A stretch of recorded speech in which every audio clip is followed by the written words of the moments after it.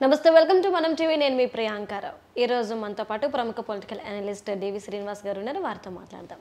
నమస్కారం సార్. నమస్తే sir, Jaganmohan Reddy London వెళ్ళారు. అసలు లండన్ వెళ్ళి ఏం చేయబోతున్నారు? సెకండరీ ఏంటి అంటే, ఇప్పుడు జగన్మోహన్ రెడ్డి లండన్ వెళ్ళారు, కానీ జూన్ 4వ తారీఖున రిజల్ట్. ఒకవేళ కూటమి గెలిచి చంద్రబాబు నాయుడు అధికారాన్ని చేపడితే జగన్మోహన్ రెడ్డి తిరిగి వస్తారంటారా, రారంటారా? అసలు ఏం జరగబోతుంది? లండన్ వెళ్తున్నారు అంటే ప్రతి ఒక్కళ్ళలో కూడా ఈ రాజకీయ నాయకులు కావచ్చు, ఈ ఆర్థిక నేరస్తులు కావచ్చు, వెళ్ళినాళ్ళు తిరిగి వస్తారా అంటే, ఆర్థిక నేరస్తుల పాలిట స్వర్గంగా మారింది లండన్.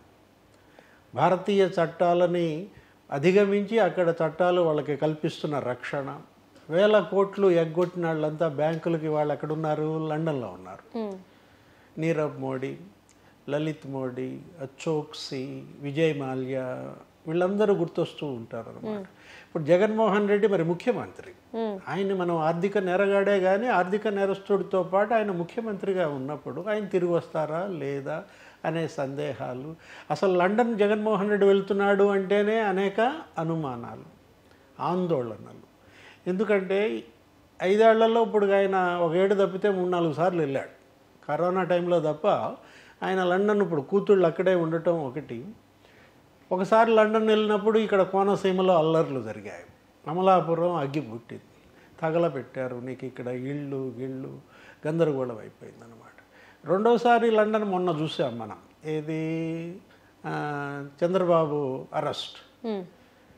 రామరామ నాకేం తెలియదు, అసలు నేను లండన్ వెళ్ళాను, అక్కడ ఏం జరుగుతుందో నాకు తెలియదు, చట్టాలు వాటి పని అయ్యి చేసుకుంటాయనో ఏదో అన్నాడు. అంతకుముందు లండన్ వెళ్ళాడు. అది ఎలా వెళ్ళాడు? 2022లో దావోస్ వెళ్ళాడు, వరల్డ్ ఎకనామిక్ ఫోరం సదస్సుకి. దావోస్ వెళ్ళేవాడు ఇండియాలో ఫ్లైట్ ఎక్కితే దావోస్లో దిగాల, కానీ ఏం చేశాడు? లండన్లో ఆగింది ఫ్లైట్. ఇక్కడే గందరగోళం అయిపోయింది. యనమల రామకృష్ణుడు వీళ్ళందరూ కూడా విమర్శలు. ఏంటి లండన్ మిస్టరీ? ఆయన వెళ్తోంది దావోస్కి, అక్కడ పాల్గొంటోంది WEF world economic forum. London ఎందుకు వెళ్ళాడంటే అక్కడ భార్యను దించి దావోస్ వెళ్ళాడు. మళ్ళీ వచ్చేటప్పుడు దావోస్లో ఎగిరి లండన్లో దిగి భార్యను పికప్ చేసుకుని మళ్ళీ ఇండియా వచ్చాడు. ఇట్లా ప్రతి లండన్ పర్యటన వివాదాస్పదం. ఇప్పుడు మళ్ళీ లండన్ వెళ్తున్నాడు మరి ముఖ్యమంత్రి జగన్మోహన్ రెడ్డి. నిన్న అందరిలో ఏమైనా స్కెచ్ చేసి వెళ్ళారా? ఇక్కడ ఏమన్నా ఒక ప్రణాళిక సిద్ధం చేసి వెళ్ళారా? ఈ 15 రోజుల్లో ఆంధ్రప్రదేశ్లో ఏం జరుగుతుంది? ఇప్పుడు పోలింగ్ అనంతర హింస చాలా తీవ్రంగా జరిగింది. పోలింగ్ నాడు హింస సరే, పోలింగ్ అనంతర హింస అసలు ప్రజలు తట్టుకోలేకపోయారు. మామూలుగా ఏంటంటే పోలింగ్ నాడు హింస, కౌంటింగ్ నాడు హింస జరుగుతాయి. ఆంధ్రప్రదేశ్కి అది ఆనవాయితీ. పోలింగ్ నాటి హింసని ఈసీ చాలా వరకు కంట్రోల్ చేయగలిగింది. కానీ పోలింగ్ అనంతర హింస వాళ్ళు కొద్దిగా విరామం తీసుకున్నారా మరేమో, కానీ ఆ పోలీస్ బలగాలు, కేంద్ర బలగాలు వేరే రాష్ట్రాలకు మళ్ళిద్దాం అనుకున్నారో ఈలోపు జరగాల్సిన డ్యామేజ్ జరిగిపోయింది. 4-5 రోజుల్లో తిరుపతి, పల్నాడు, అనంతపురం యుద్ధ వాతావరణం మనం చూసాం. రాళ్ళు, బీరు సీసాలు, అసలు పెట్రో బాంబులు అంట. ఈ 15 రోజుల్లో ఏం జరుగుతుందంటే ఆంధ్రప్రదేశ్ పైన కేంద్రం ఇంకా నిఘా పెట్టుకోవాలి. ఇచ్చారు. కేంద్ర ఎన్నికల సంఘం ఆదేశాలు వచ్చాయి. ఏమని పిలిపించింది కదా, సిఎస్ని, డీజీపీని ఢిల్లీకి పిలిపించి చివాట్లు పెట్టి ఏ మాత్రం ఒక్క హింసాత్మక సంఘటన జరిగినా సహించేది లేదు.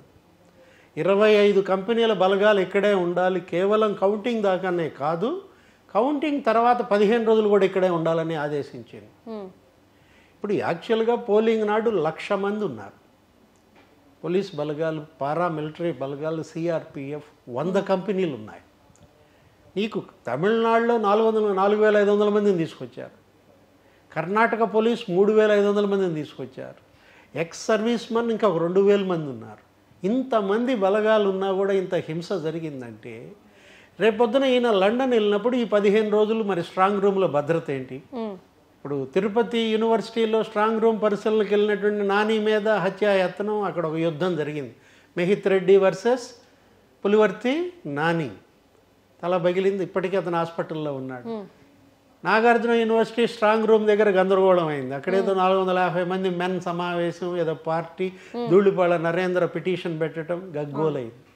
స్ట్రాంగ్ రూమ్ల భద్రత పైన సందేహాలు ఉన్నప్పుడు ఇప్పుడు ఈ పెట్టిన 25 కంపెనీల కేంద్ర పారామిలిటరీ బలగాలు కూడా స్ట్రాంగ్ రూమ్లని కంటికి రెప్పలాగా కాపాడాలి.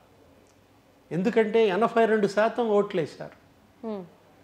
ఓటేయకపోతే చచ్చినట్టే అన్నారు. జనంలో చైతన్యం పెళ్ళుబుకింది.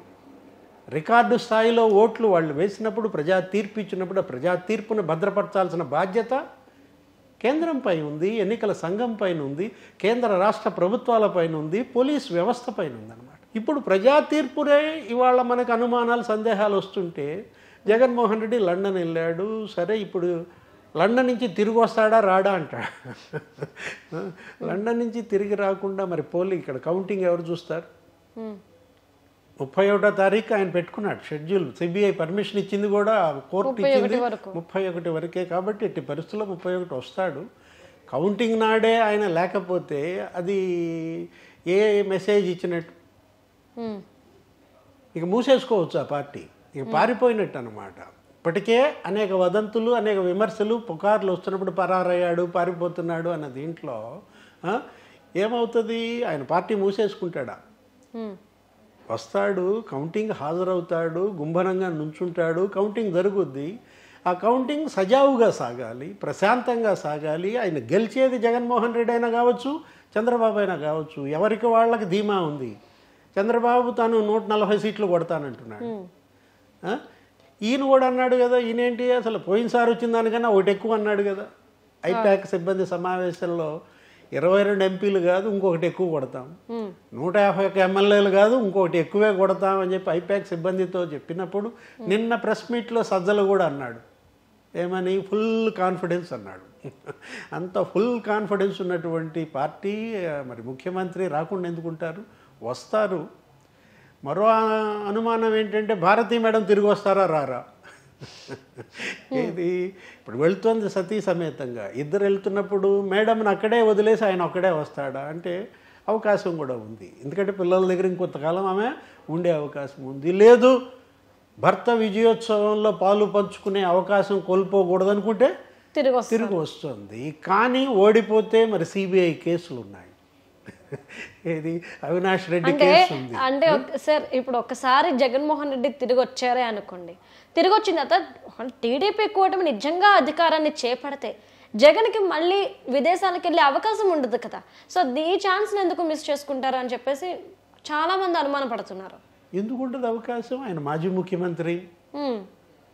చంద్రబాబు ముఖ్యమంత్రి అయినప్పుడు ఆయన మాజీ ముఖ్యమంత్రి అవుతాడు. మాజీ ముఖ్యమంత్రిగా మళ్ళీ సిబిఐ కోర్టుని మళ్ళీ అప్పీల్ చేస్తాడు. అక్కడ ఎవరో ఒకళ్ళకి బాగలేదు.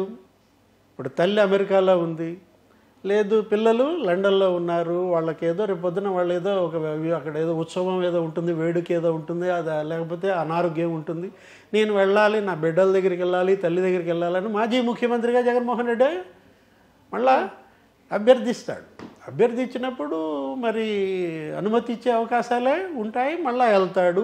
ఈసారి వెళ్ళినప్పుడు తిరిగి వస్తాడా లేదా అనేది అక్కడ పెద్ద ప్రశ్నగా మిగులుతుంది. అప్పుడు ఏంటది? అది మాజీ ముఖ్యమంత్రి కదా. ఇంకా అప్పుడు మాజీ ముఖ్యమంత్రిగా వచ్చి కోరి ఎవరు వలలో పడదు కదా. ఏ పులి కూడా, ఏ సింహం కూడా ఇక్కడ వల ఉంది, ఇక్కడ కందకం తవ్వారని తెలిసినప్పుడు దానికి తెలుసు కదా, వచ్చి అందుట్లో పడుద్దా? ఇప్పుడు క్రూర మృగాలకేమో అంత తెలివితేటలుంటే మరి జగన్మోహన్ రెడ్డికి ఇంకా అంతకన్నా ఎక్కువ తెలివితేటలు ఉంటాయి కదా. కాకపోతే కేసులు మాత్రం వెంటాడుతాయి. ముఖ్యమంత్రిగా ఉంటే గెలిస్తే మళ్ళీ 5 ఏళ్ళు కోర్టుకు వెళ్ళాల్సిన పని లేదు, మళ్ళీ ఇంకో 3081 వాయిదాలు నడిచిపోతుంది. ఓడిపోతే ఆ కేసులు మాత్రం వెంటాడుతాయి. మళ్ళా కోర్టు వాయిదాలకు వెళ్ళాలా, తీర్పులు వస్తాయి, జైలుకి వెళ్ళాల్సి వస్తుంది. ఆయనే కాదు, ఆయన ఓటమి ఆయన పైనే ప్రతిఫలించదు. అది అవినాష్ రెడ్డి పైన పడుద్ది, భారతీ మేడం పైన పడుతుంది. మొత్తం వైఎస్ఆర్ కాంగ్రెస్ పార్టీ మూల్యం చెల్లించాల్సి వస్తుంది జగన్మోహన్ రెడ్డి కనుక ఓటమి పాలైతే. Okay, thank you so much sir. నమస్తే.